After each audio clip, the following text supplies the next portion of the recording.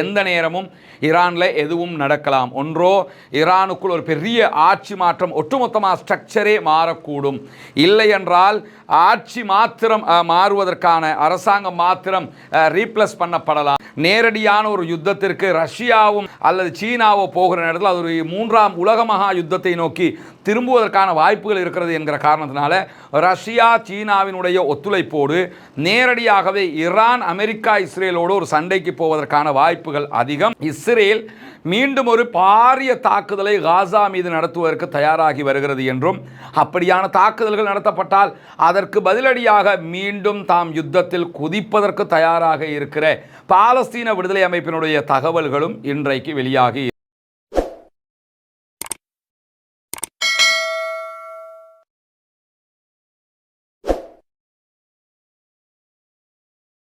அன்பிற்கினிய சகோதர சகோதரிகளை நம் அனைவர் மீதும் ஏக இறைவனுடைய அமைதியும் கருணையும் உண்டாகட்டுமாக என்கிற உயரிய பிரார்த்தனைகளோடு பாலஸ்தீனத்தினுடைய காசா பகுதிகளில் இஸ்ரேலிய ஆக்கிரமிப்பு ராணுவம் 2 ஆண்டுகளுக்கு மேலாக நடத்தி வந்த யுத்தம் தற்போது ஒரு யுத்த நிறுத்தமாக மாற்றப்பட்டிருக்கக்கூடிய சூழல்ல இன்றோடு 93வது நாளாகவும் இஸ்ரேலிய ஆக்கிரமிப்பு ராணுவம் பாலஸ்தீனம் மீது தன்னுடைய யுத்த நிறுத்த மீறல் தாக்குதல்களை நடத்தி வரக்கூடிய சூழல்ல இன்றைக்கு ஒரு முக்கியமான செய்தி வெளியாகி இருக்கிறது. அதாவது சர்வதேச மட்டத்தில் அமெரிக்கா அதே போன்று இஸ்ரேலுடைய தலையீடுகளால் பலவிதமான தாக்குதல்களும் பல நாடுகளிலும் நடைபெற்று வருகிறது. யுத்தங்கள் ஓய்ந்த பாடில்லை என்று சொல்லக்கூடிய நிலையில் காசாவினுடைய யுத்தம் ஒரு மிகப்பெரிய பிரச்சனையாக மாறி ஒரு யுத்த நிறுத்தமாக மாறி இருந்த சூழலில் தொடர்ந்து காசா மேலே இஸ்ரேல் இப்படியான தாக்குதல்களை நடத்துகிற அதே நேரத்தில் 2ஆம் கட்ட சமாதான நிலைப்பாடுகளுக்கும் இஸ்ரேல் செல்லாமல் இருக்கிறது. எனவே 2ஆம் கட்ட யுத்த நிறுத்தத்திற்கு அவர்கள் போக வேண்டும். தற்போது இருக்கிற எல்லோ பார்டர்லேருந்து ரெட் லைனுக்கு பின்னாடி போகணும். அப்படி போனால் தான் காசாவினுடைய 80% நிலப்பகுதி பாலஸ்தீன மக்களுக்கும் மீதி 20%த்தில் இஸ்ரேல் நிற்கிற மாதிரியும் இருக்கும். அதான் அந்த ஒப்பந்த பிரகாரம். ஆனால் இஸ்ரேல் அப்படி பின்வாங்காமல் இருக்கிறது. இந்த சூழலில் தான் இன்றைக்கு வெளியாக இருக்கக்கூடிய ஒரு முக்கியமான செய்தியின் பிரகாரம் இஸ்ரேல் மீண்டும் ஒரு பாரிய தாக்குதலை காசா மீது நடத்துவதற்கு தயாராகி வருகிறது என்றும், அப்படியான தாக்குதல்கள் நடத்தப்பட்டால் அதற்கு பதிலடியாக மீண்டும் தாம் யுத்தத்தில் குதிப்பதற்கு தயாராக இருக்கிற பாலஸ்தீன விடுதலை அமைப்பினுடைய தகவல்களும் இன்றைக்கு வெளியாகி இருக்கிறது. ஏன்னா தொடர்ந்தும் பாலஸ்தீன விடுதலை அமைப்பை இலக்கு வச்சு தாக்குறோம்ங்கிற பேரில் யுத்த நிறுத்தத்தை மீறி இஸ்ரேல் செயல்பட்டு வருகிறது. யுத்த நிறுத்தம்னா யுத்த நிறுத்தம் அவ்வளோதான். ஆனால் அவங்க தாக்குதல்கள் நடத்திக்கிட்டே வர்றாங்க. ரஃபா பார்டரை திறக்க மாட்டேங்கிறாங்க. உள்ள எந்த ஒரு பொருட்களும் வரமாட்டேங்குது. எந்த ஒரு சமாதான முறைகளும் முறைப்படியாக செய்யப்படாத விடத்து இப்பொழுது மீண்டும் மீண்டும் பாலஸ்தீன அப்பாவிகள் மீது தாக்குதல் நடத்தப்படுகிற அதே நேரம் இஸ்ரேல் ஒரு புதிய யுத்தத்திற்கு தயாராகி வருகிறது. அப்படி யுத்தம் நடத்தப்பட்டால் நாங்கள் அமைதியாக இருக்க மாட்டோம், எங்களுடைய பதிலடி காத்து கொண்டிருக்கிறது என்பதுதான் பாலஸ்தீன விடுதலை அமைப்பினுடைய பதிலாக இருக்கிறது. ஏன்னா யுத்த நிறுத்தத்தினுடைய மிகப்பெரியதொரு கோட்பாடாக இஸ்ரேலும் அமெரிக்காவும் என்ன சொல்கிறாங்கன்னா, பாலஸ்தீன விடுதலை அமைப்பினர் ஆயுதத்தை கீழே வைக்கணுங்கிறாங்க. ஆயுதத்தை நீங்கள் தந்துட்டு நீங்கள் அமைதியாக போயிடும். ஆயுதம் இருந்தே இவ்வளவு அநியாயம் பாலஸ்தீனத்துக்குள்ளே பண்ணுறான்னு சொன்னால் ஆயுதமே இல்லைன்னா என்ன எல்லாம் பண்ணுவாங்க என்கிற கேள்வி இருக்குதா இல்லையா? இப்படியான சூழலில் ஆயுதத்தை நாங்கள் கீழே வைக்க மாட்டோம், வேணும்னா ஒரு சில ஆயுதங்களை பயன்படுத்தாமல் கைவிடுவதற்கு தயாராக இருக்கிறோம், ஒட்டுமொத்தமாக ஆயுதத்தை கைவிடுவதற்கு தயாரில்லை. அப்படி என்றால் பாலஸ்தீனத்தை தனி நாடாக அங்கீகாரம் கொடுத்துருங்க, அந்த தனி நாட்டுக்கு ஒரு அரசாங்கம் வரும், அந்த அரசாங்கத்திடத்தில் எங்களுடைய ஆயுதங்களை நாங்கள் ஒப்படைப்பதற்கு தயாராக இருக்கிறோம் என்பதுதான் பாலஸ்தீன விடுதலை அமைப்பினுடைய வாதமாக இருக்கக்கூடிய சூழலில் தான் பாலஸ்தீன விடுதலை அமைப்பை இலக்கு வைத்து புதிய தாக்குதல்களுக்கு, பாலஸ்தீன அப்பாவிகளுக்கு எதிரான தாக்குதல்களுக்கு இஸ்ரேல் தயாராகி வருகிறது என்கிற நிலையில் பாலஸ்தீன விடுதலை அமைப்பிடத்தில் தோராயமாக தற்போதைக்கு 60,000க்கு மேற்பட்ட துப்பாக்கிகள் இருக்கலாம். அதை தாண்டி என்னென்ன ஆயுதங்கள் இருக்கிறது என்பதெல்லாம் தெரியலை என்று சொல்லி இஸ்ரேலுடைய கணிப்புகள் சொல்கிறது. இஸ்ரேல் மேலதிகமாக வெளியிட்டிருக்கக்கூடிய தகவல்களை 20,000க்கு மேற்பட்ட காசாவினுடைய ஃபோர்ஸஸ் இருக்கலாம் என்று இஸ்ரேல் நம்புவதாக சொல்லி இருக்கிறது. ஆல்ரெடி அவங்கள்ட்ட எத்தனை இருக்குதுங்கிறதே இஸ்ரேலுக்கு தெரியாது. ஆனால் இப்போ 20,000 பேர் இருப்பாங்க என்று அவர்கள் அறிவித்திருக்கிறார்கள். ஒரு 2 ஆண்டு கால யுத்தம் நடந்ததுக்கு பிறகு 20,000 ஃபோர்ஸஸ் குறைஞ்சபட்சம் இருக்கிறாங்க என்று சொல்லி இஸ்ரேலை நம்புகிறாங்க என்று சொன்னால் பாலஸ்தீன விடுதலை அமைப்பினுடைய அளவு பலம் எப்படி இருக்குங்கிறத நம்ம புரிந்து கொள்ள முடிகிற அதே நேரத்தில் ஏற்கனவே நடந்த இந்த 2 ஆண்டு கால யுத்தத்தின் போது சேதமடைந்த இராணுவ திறன்களை மீண்டும் கட்டியெழுப்பி இருக்கிறது பாலஸ்தீன விடுதலை அமைப்பு. தன்னுடைய அமைப்புக்கான அரசியல் துறை பொறுப்பாளர் குறிப்பாக அமைப்புக்கான தலைவர் கொல்லப்பட்டார்கள். 2 தலைவர்கள் தளபதிகள் காசா வாரில் மொத்தமாக கொல்லப்பட்டார்கள், ஷஹீதாக்கப்பட்டார்கள். அதை தாண்டி புதிய தளபதியை தலைவரை நியமிக்காது ஒரு அரசியல் துறை பொறுப்பாளர் தான் நியமித்து பாலஸ்தீன விடுதலை அமைப்பு செயல்பட்டு கொண்டு வரக்கூடிய நேரத்தில் அதற்கான புதிய தலைவர் நியமனமும் ஓரிரு நாட்களில் நடைபெற இருக்கிறது. பெரும்பாலும் டாக்டர் ஹலீல் அல் ஹையா அவர்கள் தலைவராக மீண்டும் தேர்வு செய்யப்படலாம் என்கிற நிலையில், அல்லது அவர் அல்லாது யார் தேர்வு செய்யப்பட்டாலும் பாலஸ்தீன விடுதலை அமைப்பு யுத்தத்திலிருந்து பின்வாங்காது என்கிற ஒரு நிலை எட்டப்பட்டிருக்கிறது. இந்த நிலையில தான் சுரங்கப்பாதைகள், அந்த காசாவினுடைய யுத்தத்தில் சேதமடைந்த சுரங்கப்பாதைகள் மீள கட்டியெழுப்பப்பட்டிருக்கிறது என்கிற தகவல்களோடு புதிய சுரங்கப்பாதைகளையும் பாலஸ்தீன விடுதலை அமைப்பினர் அமைத்திருக்கிறார்கள் என்கிற தகவல்களும் வெளியாகி இருக்கிற அதே நேரம் யுத்த காலத்தில் கொடுக்கப்படாமல் இருந்த பாலஸ்தீன விடுதலை அமைப்பினருடைய சம்பள மீதிகள் ஒட்டுமொத்தமாக பே பண்ணப்பட்டு விட்டது, கொடுக்கப்பட்டு விட்டது என்கிற செய்திகளும் வெளியாகி இருக்கிறது. பாலஸ்தீன விடுதலை அமைப்பினருக்கு மீண்டும் நிதி ஆதாரங்கள் கிடைத்திருக்கிறது என்றும் அவர்களுக்குரிய பொருளாதார வசதிகள் மீண்டும் பணங்கள் எல்லாம் கிடைச்சதோட கொடுக்க வேண்டிய சேலரி எல்லாத்தையும் அவங்க பே பண்ணிட்டாங்க என்கிற தகவல்கள் தான் வெளியாகி இருக்கிறது. பொதுவாகவே பாலஸ்தீன விடுதலை அமைப்புக்கான சம்பளங்களை கொடுப்பது கத்தர் என்பது வெளிப்படையான ரகசியமாக இருக்கக்கூடிய நேரத்தில் இப்பொழுது பாலஸ்தீன விடுதலை அமைப்புக்கான சேலரி எல்லாம் பே பண்ணிட்டாங்க என்கிற தகவல்கள் வந்திருக்கிறது. இதில் என்ன ஆச்சரியம்னா, எப்படி பே பண்ணாங்க? அங்கே பேங்க் கட்டமைப்பு எதுவும் கிடையாது, அதில் அவங்க பண்ண போகிறதும் கிடையாது, நேரடியாகத்தான் இந்த சம்பளங்கள் கொடுக்கப்பட்டிருக்கும். அப்படி என்றால் ஒரு பெரும் தொகை பணம் காசாவுக்குள் நுழைந்திருக்கிறது. அந்த பணம் கூட வெளிநாட்டு கரன்சியாக இருப்பதற்கு வாய்ப்பில்லை. ஏன்னா காசாவுக்குள்ள இஸ்ரேலுடைய ஷேக்கல்ல தான் யூஸ் பண்ணணும். அப்போ ஷேக்கலை யூஸ் பண்ணுறதாக இருந்தால் ஷேக்கல்ல அவங்களுக்கு பணம் கிடைக்கிற மாதிரியான ஏற்பாடுகள் செய்யப்பட்டிருக்க வேண்டும் என்பதை நம்ம புரிந்து கொள்ள முடிகிறது. எனவே பாலஸ்தீன ஃபோர்ஸஸில் இருக்கக்கூடியவர்களுக்குரிய சேலரி பே பண்ணப்பட்டிருக்கிறது.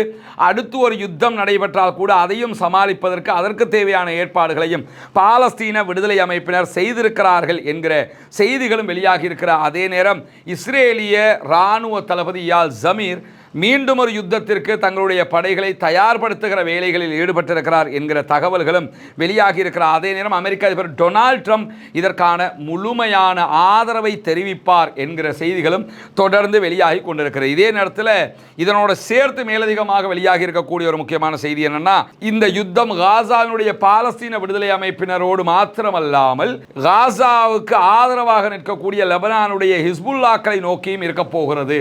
ஆல்ரெடி ஹிஸ்புல்லாக்களை இலக்கு வைக்கிற பேர் வழிங்கிற பேரில் காசாவுக்குள்ள அட்டாக் பண்ணுற மாதிரி லெபனானுக்குள்ள அப்பப்போ இஸ்ரேல் தாக்குதல்கள் நடத்திக்கிட்டே வர்றாங்க. லெபனானுடைய ஹிஸ்புல்லாக்களும் எச்சரிக்கையை விடுத்துக்கிட்டு பொறுத்துக்கிட்டு போய்கிட்டே இருக்கிறாங்க. நம்ம வீடியோ ரெக்கார்ட் பண்ணுகிற இன்றைய இந்த தருணத்தில் கூட இஸ்ரேலிய ஆக்கிரமிப்பு ராணுவம் இன்றைக்கும் லெபனானுடைய பெய்ரூத்தை நோக்கி ஒரு ட்ரோன் அட்டாக் பண்ணி இருக்கிறாங்க. ஒரு பாரிய தாக்குதலை அவர்கள் நடத்தி இருக்கிறார்கள். இப்படி தொடர்ந்து லெபனானில் இருக்கக்கூடிய ஹிஸ்புல்லாக்களையும் அவங்க வம்புக்கு இழுக்கக்கூடிய வேலைகளை செஞ்சுக்கிட்டே வருகிற போதுதான் இந்த தகவல்கள் வெளியாகி இருக்கிறது. எனவே ஒரு யுத்தம் என்று வந்துவிட்டால் லெபனானில் இருக்கக்கூடிய ஹிஸ்புல்லாக்களும் சேர்ந்து இந்த யுத்தத்திற்கு தலையிடுவார்கள் என்பதை புரிய முடிகிறது. ஆல்ரெடி ஈரானோட ஒரு பெரிய முருகல் நிலை இருக்கக்கூடிய சூழல்ல தான் ஈரானோடு சேர்த்து லெபனானில் இருக்கக்கூடிய ஹிஸ்புல்லாக்கள், பாலஸ்தீன விடுதலை இராணுவம் என்று எல்லோரோடும் ஒட்டுமொத்தமாக ஒரு யுத்தத்திற்கு இஸ்ரேல் தயாராகி நிற்கிறது என்கிற செய்திகளை நம்ம பார்க்க முடியும். இதே நேரத்தில் யமனில் இருக்கக்கூடிய ஹவுத்தீஸ் மீண்டும் பாலஸ்தீனம் மேலே தாக்குதல் நடத்தப்பட்டால் கண்டிப்பாக நாங்கள் பதிலடி தாக்குதல்களை இஸ்ரேல் மேலே நடத்துவோம், ஏவுகணை தாக்குதல்களை நடத்துவோம், அதை தாண்டிய நடவடிக்கைகளையும் எடுக்க தயங்க மாட்டோம் என்று பகிரங்கமாகவே அறிவிச்சிருக்கக்கூடிய சூழலும் இன்றைக்கு நம்ம பார்க்க முடிகிற அதே நேரத்தில் காசாவில் சர்வதேச படைகளை நிலைநிறுத்துவதாக இருந்தால் எங்களுடைய படைகளும் அதற்கு பங்களிப்பு செய்யும் என்று இன்றைக்கு பங்களாதேஷ் ஒரு அறிவிப்பை விடுத்திருக்கிறார்கள். பங்களாதேஷினுடைய பாதுகாப்பு அமைச்சர் நியூயார்க் போயிருக்கிறாரு. அங்கே அமெரிக்காவினுடைய அதிகாரிகள் அவர் சந்தித்ததுக்கு பிறகு தான் இந்த தகவல்களை சொல்லியிருக்கிறாரு. நமக்கு தெரியும் பங்களாதேஷில் ஒரு பெரிய அளவிலான பாலிட்டிக் கிரைசிஸ் ஒன்று ஏற்பட்டு அங்கிருந்த பிரதமர் நாட்டை விட்டு இந்தியாவுக்கு தப்பி ஓடினார். பிறகு நாட்டில் ஒரு அமைதி திரும்பியது. முகமது யூனுஸ் என்கிற நொபேல் பரிசை பெற்றுக்கொண்டவர் அரசாங்கத்தை பொறுப்பேற்றாருங்கிற தகவல்கள் எல்லாம் நம்ம பார்த்துருக்குறோம். இதெல்லாம் வெறுமனே சடன்லி நடக்கலை.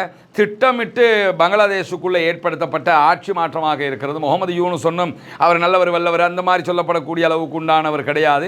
அவருக்கு சமாதானத்துக்கான நொபேல் பரிசு கிடைக்கிற அளவுக்கு இருக்கிறாருன்னா அவருடைய நிலைமை என்னங்கிறது நம்ம புரிஞ்சுக்கிறோம். அவர் மேற்கத்திய நாடுகளுடைய அடியாளாக இருக்கக்கூடிய ஒரு ஆள். அதனால தான் அவரை கொண்டு வந்து மீண்டும் அந்த பொறுப்புக்கு நியமிச்சாங்க.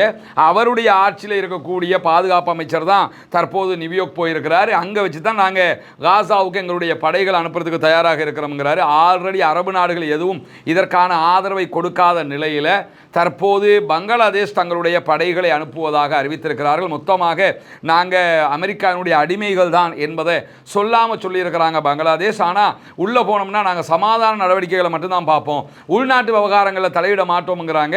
சமாதான விவகாரம்னா அங்கே சண்டை போடுறது யார்? பாலஸ்தீன விடுதலை அமைப்பு தற்போது சண்டை போடவில்லை, இஸ்ரேலோட அமைதியாக தான் இருக்கிறாங்க. இஸ்ரேல் தான் தொடர்ந்து பலஸ்டைன் மேலே தாக்குதல் நடத்துகிறான். அப்போ இஸ்ரேலோடு இவங்க சண்டை போடுவாங்களான்னா நிச்சயமாக அதை பண்ண போகிறதில்ல. அப்போ எதுக்கு அங்கே போய் கிடக்க போகிறாங்கங்கிற ஒரு கேள்வி இருக்குதா இல்லையா? எனவே அமெரிக்காவுக்கு ஜால்ரா அடிப்பதற்கான ஒரு முடிவாக வங்கதேசம் இந்த ஒரு முடிவை எடுத்திருக்கிறது என்பதையும் நம்ம உணர முடிகிற அதே நேரத்தில் சோமாலி லேண்டுக்கு பாலஸ்தீன அப்பாவிகளை வெளியேற்றுவது அனுப்புவது என்கிற இஸ்ரேலுடைய திட்டத்திற்கு சோமாலிலாந்து மிகப்பெரிய அளவுக்கு ஒத்துழைப்பாக இருக்கிறது. அது உறுதிப்படுத்தப்பட்ட செய்திதான் என்பதை இன்றைக்கு உறுதியாக அறிவித்திருக்கிறது சோமாலியா. சோமாலியாவினுடைய பாதுகாப்பு அமைச்சர் அல் ஜசீராவுக்கு வழங்கியிருக்கக்கூடிய ஒரு பேட்டியில் தெளிவாக என்ன சொல்கிறாருன்னு கேட்டால், அந்த செய்தியை நாங்கள் உறுதிப்படுத்தி இருக்கிறோம். இஸ்ரேலுக்கும் சோமாலி லேண்டுக்கும் இடையிலான ஒப்பந்தமே என்னென்னு சொன்னால் 3 ஒப்பந்தங்கள். ஒன்று, காசாவில் இருக்கக்கூடியவங்களை நாங்கள் வெளியேற்றுவோம், சோமாலி லேண்டுக்கு நீங்கள் அவங்களை எடுத்துக்கிறேன்னு, இங்கே அவங்கள குடியேற்றிக்கிறேன்னு, அதற்குரிய செலவுகள் என்ன ஏதுங்கிறதுலாம் நாங்கள் தர தயாராக இருக்கோம், காசா எங்களுக்கு வேணும் என்பது அவருடைய முதல் திட்டம். இரண்டாவதாக ஆப்ரஹாம் ஒப்பந்தம் என்கிற அரபு நாடுகள், இந்த யுஏஇ, அதே போன்ற பஹ்ரைன், மொரோக்கோ போன்ற நாடுகள் எப்படி இஸ்ரேலை தனிநாடாக ஏற்றுக்கிட்டாங்களோ, பாலஸ்தீனத்தை தனிநாடாக அங்கீகரிக்காமலேயே இஸ்ரேலை தனிநாடாக அங்கீகரிச்சுக்கிட்டாங்களோ, அது மாதிரி சோமாலிலேண்டும் எங்களை தனிநாடாக அங்கீகரிக்கணும். மூன்றாவதாக சோமாலிலேண்டில் ஏர்டன் துறைமுகத்திற்கு எதிராக அதின் பரப்பில் இருந்து நேரெதிராக ஒரு இராணுவ தளத்தை இஸ்ரேல் உருவாக்கணும், அதற்கு நீங்கள் ஒத்துழைக்கணும் இருக்காங்க. இந்த மூன்றுக்குமே அவர்கள் ஒத்துழைத்திருக்கிறார்கள் என்பது உறுதியாக நாங்கள் கண்டறிந்திருக்கிறோம் என்கிற தகவல்களை இன்றைக்கு சோமாலியாவினுடைய பாதுகாப்பு அமைச்சர் அல் ஜசீராவுக்கு வழங்கிய பேட்டியில் வெளிப்படையாகவே சொல்லியிருக்கக்கூடிய தகவல்களும் வெளியாகி இருக்கிறது. நம்முடைய விரல்களை கொண்டே நம்முடைய கண்களை குத்தக்கூடிய விதமாக சோமாலிலேண்ட் என்கிற இஸ்லாமிய பெருமக்கள் பெரிய அளவில் வாழக்கூடிய பகுதிகளில் இருக்கக்கூடியவங்களையே அவங்களோட பக்கம் எடுத்து அவங்க மூலமாகவே அவங்களுக்கு அடிமையாக மாற்றி அவர்களிடத்திலேயே பாலஸ்தீன மக்களை கொண்டு போய் குடியேற்றுகிற ஒரு திட்டமிட்ட துரோக செயலை செய்வதற்கு இஸ்ரேலுக்கு மிக தெளிவாக பங்களிப்பு செய்து கொண்டிருக்கிறது சோமாலிலேண்ட் என்கிற செய்திகளை நம்ம பார்க்க முடிகிற அதே நேரத்தில் ஈரானுக்குள்ள ஒரு பாரிய நிலைமை தற்போது உருவாகி இருப்பது நமக்கு தெரியும். எந்த நேரமும் ஈரானில் எதுவும் நடக்கலாம். ஒன்றோ ஈரானுக்குள் ஒரு பெரிய ஆட்சி மாற்றம், ஒட்டுமொத்தமாக ஸ்ட்ரக்சரே மாறக்கூடும். இல்லை என்றால் ஆட்சி மாத்திரம் மாறுவதற்கான அரசாங்கம் மாத்திரம் ரீப்ளேஸ் பண்ணப்படலாம். இல்லை என்றால் போராட்டங்கள் ஒட்டுமொத்தமாக குறைந்து மொத்தமாக அடக்கப்படுகிற ஒரு சூழல் ஏற்படும். இதையெல்லாம் தாண்டி எந்த நேரமும் ஈரான் முட்கூட்டிய ஒரு யுத்தத்திற்கு இஸ்ரேலோடும் அமெரிக்காவோடும் செல்வதற்கான நிலை இருக்கிறது என்கிற தகவல்கள் வெளியாகி இருக்கிறது. ஏன்னா ஈரானுடைய பாராளுமன்ற சபாநாயகர் ஹபாப் அவர்கள் வெளியிட்டிருக்கக்கூடிய அறிவிப்பில் மிக தெளிவாக சொல்லியிருக்கக்கூடிய ஒரு செய்தி என்னென்னு கேட்டால், எங்களுடைய நாட்டுக்குள்ளே இஸ்ரேலும் அமெரிக்காவும் தொடர்ந்து மக்களை தூண்டி வர்றாங்க, நாட்டை நாசமாக்குற வேலைகளை பார்க்குறாங்க. எனவே நாங்கள் முட்கூட்டிய தாக்குதல் ஒன்றுக்கு இஸ்ரேலுக்கு எதிராகவும் அமெரிக்காவுக்கு எதிராகவும் செல்ல வேண்டிய இடத்தில் நிற்கிறோம். எனவே எனி டைம் நாங்கள் இஸ்ரேலுக்கும் அமெரிக்காவுக்கும் எதிராக தாக்குதல் நடத்துவதற்கான தயாரிப்புகளில் இருக்கிறோம் என்கிற தகவல்களை சொல்லியிருக்கிறாங்க. ஒட்டுமொத்தமாக பார்த்தா ஆல்ரெடி வெனிசுவேலா பிரச்சனை இருக்கிறது, ரஷ்யா உக்ரைன் வார் நடந்துக்கிட்டு இருக்குது, சீனாவை வம்புக்கிட்டுக்கிட்டு இருக்கிறது அமெரிக்கா. இந்த மாதிரியான சூழலில் அமெரிக்காவை கொஞ்சமாவது அடக்கணும்னா அல்லது இஸ்ரேலை அடிபணிய வைக்கணும்னா ஒரே வழி நேரடியான ஒரு யுத்தத்திற்கு ரஷ்யாவும் அல்லது சீனாவோ போகிற நேரத்தில் அது ஒரு 3ஆம் உலக மகா யுத்தத்தை நோக்கி திரும்புவதற்கான வாய்ப்புகள் இருக்கிறது என்கிற காரணத்தினால ரஷ்யா சீனாவினுடைய ஒத்துழைப்போடு நேரடியாகவே ஈரான் அமெரிக்கா இஸ்ரேலோடு ஒரு சண்டைக்கு போவதற்கான வாய்ப்புகள் அதிகம். இன்னும் சொல்ல போனால் அதற்கான முழுமையான தயாரிப்புகளில் ஈரான் இருக்கிற அதே நேரம் ஈரானுக்கான ஒத்துழைப்புகளை கொடுப்பதற்கு அந்த நாடுகளும் தயாராக இருக்கிறது. சவுத் ஆப்பிரிக்காவினுடைய கடற்பரப்பில் ஈரான் அதே போன்று சீனா, ரஷ்யா ஆகிய நாடுகள் ஒரு பாரிய கடற்பயிற்சிகளை மேற்கொண்டு வரக்கூடிய சூழலில் தான் இந்த தகவல்களை இன்றைக்கு ஈரானுடைய பாராளுமன்ற சபாநாயகர் முகமது கலீபா பகிரங்கமாகவே வெளியிட்டிருக்கக்கூடிய செய்திகளை நம்ம பார்க்க முடிகிற அதே நேரத்தில் கலவரத்தை தூண்டிவிடக்கூடிய அமெரிக்காவுடைய பேச்சை கேட்டு அங்கு கலவரங்களில் ஈடுபடக்கூடிய பல பேரை நாங்கள் கைது செய்திருக்கிறோம் என்கிற அறிவிப்பை இன்றைக்கு ஈரானுடைய காவல்துறை வெளியிட்டிருக்கிற அதே நேரம்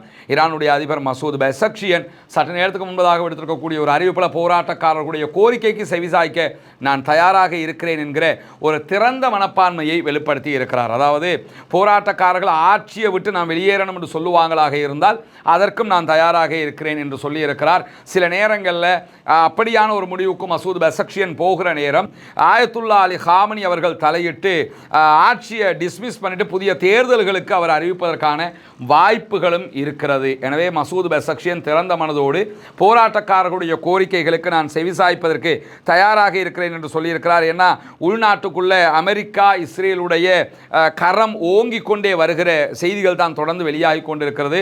உள்நாட்டுக்குள்ள பெரிய குழப்பத்தை உண்டாக்கி கொண்டிருக்கும் போது அதை எப்படியாவது தடுத்து நிறுத்த வேண்டிய ஒரு இக்கட்டான கட்டாயத்தில் அவங்க தள்ளப்பட்டிருக்கிறாங்க. அந்த அடிப்படையில் தான் இந்த ஏற்பாடுகளை அவங்க செய்வதை போன்று தெரிகிறது. ஒன்றோ நேரடியான ஒரு யுத்தத்திற்கு ஈரான் அமெரிக்காவோடு சென்று விட்டது என்று சொல்லி சொன்னால், அது இஸ்ரேலோடு போயிட்டாங்க என்று சொல்லி சொன்னால் ஆட்சி கவிழ்ப்புகள் நடப்பதற்கான வாய்ப்புகள் ரொம்ப ரொம்ப குறைவு. இல்லை என்று சொன்னால் ஆட்சி அவங்களையே கலைச்சிட்டு புதிய தேர்தல்களுக்கு அவங்க போகிறதுக்கான வாய்ப்புகள் இருக்கிறது. இந்த ரெண்டுலையும் தான் ஈரானுடைய ஆட்சியை இப்போ அவங்களால் தக்க வைக்க முடியுமே தவிர, இல்லாவிட்டால் இந்த கிளர்ச்சியாளர்கள் இன்னும் பெரிய பிரச்சனைகளை அமெரிக்காவும் இஸ்ரேலும் உண்டாக்கி ஒட்டுமொத்தமான ஸ்ட்ரக்சரையே இல்லாமலாக்குவதற்கான வாய்ப்பு இருக்கிறது. அப்படி நடந்தால் அது மத்திய கிழக்குக்கு மிகப்பெரிய இழப்பாக மாறிவிடும். மத்திய கிழக்கினுடைய ஒரு முதுகெலும்பாக தற்போது ஈரான் மாத்திரம்தான் நிற்கிறது. ஏன்னா இஸ்ரேலோட 12 நாள் வார் பண்ணி அதில் பாரிய வெற்றியையும் அவங்க அடைஞ்சிருக்கிறாங்க. இஸ்ரேலோட ஒன்றுக்கொன்று மோதுறதுக்கு இருக்கக்கூடிய ஒரே நாடாக அவங்க மட்டும்தான் இருக்கிற நேரத்தில் தற்போதைய சூழலில் இஸ்ரேலுக்கு தேவையானது நடந்துவிட்டால் இனிமேல் அரபுலகத்தில் இருக்கக்கூடிய எல்லா ஆட்சியாளர்களும் இஸ்ரேலுடைய கொத்தடிமைகளாகத்தான் இருப்பாங்க. அமெரிக்காவில் கொத்தடிமையாக இருக்கிறது ரெண்டாவது, இஸ்ரேலுடைய கொத்தடிமைகளாக இருப்பாங்க. கிரேட்டர் இஸ்ரேல் என்று இஸ்ரேல் பறந்துபட்ட ஒரு இஸ்ரேலை உருவாக்க நினைக்கிறது. அதற்கான வழியாக ஈரானுடைய வீழ்ச்சி காரணமாகிவிடும். எனவே ஈரான் தற்போதைய நிலை வீழாமல் இருக்க வேண்டும் என்பது மத்திய கிழக்கினுடைய தேவையாக இருக்கக்கூடிய சூழலில் தான் ஈரான் இப்படியான ஒரு முடிவுக்கு செல்வதற்கான வாய்ப்பு இருக்கிறது. வேறு வழியும் அவர்களிடத்தில் இல்லை. ஒன்றோ அவர்களே தேர்தலை நோக்கி நகர்வது, இல்லை என்று சொல்லி சொன்னால் ஒரு யுத்தத்திற்கு அவர்களே நேரடியாக செல்வது. இந்த இரண்டு மட்டும்தான் அவர்களுடைய நாட்டை பாதுகாப்பதற்கான முன்னால் இருக்கக்கூடிய வழியாக அவர்களுக்கு இருக்கிறது. பொறுத்திருந்து பார்ப்போம் என்னவெல்லாம் நடக்கிறது என்பதை. பாலஸ்தீனம் வெற்றி பெற வேண்டும், பாலஸ்தீனம் சுதந்திரம் அடைய வேண்டும், பாலஸ்தீன மக்களும் நம்மை போன்று நிம்மதியானவர்களாக மாற வேண்டும், வாழ வேண்டும் என்கிற உயரிய பிரார்த்தனைகளோடு உலகம் முழுவதும் அமைதி பெற வேண்டும், யுத்தங்கள் நிறுத்தப்பட வேண்டும், சமாதானம் தலைத்தோங்க வேண்டும், பாலஸ்தீன மக்களுக்காக தொடர்ந்தும் ஜனநாயக ரீதியாக குரல் எழுப்புவோமாக. வாஹ்ரதா அல்ஹம்துலில்லாஹி ரப்பில் ஆலமீன்.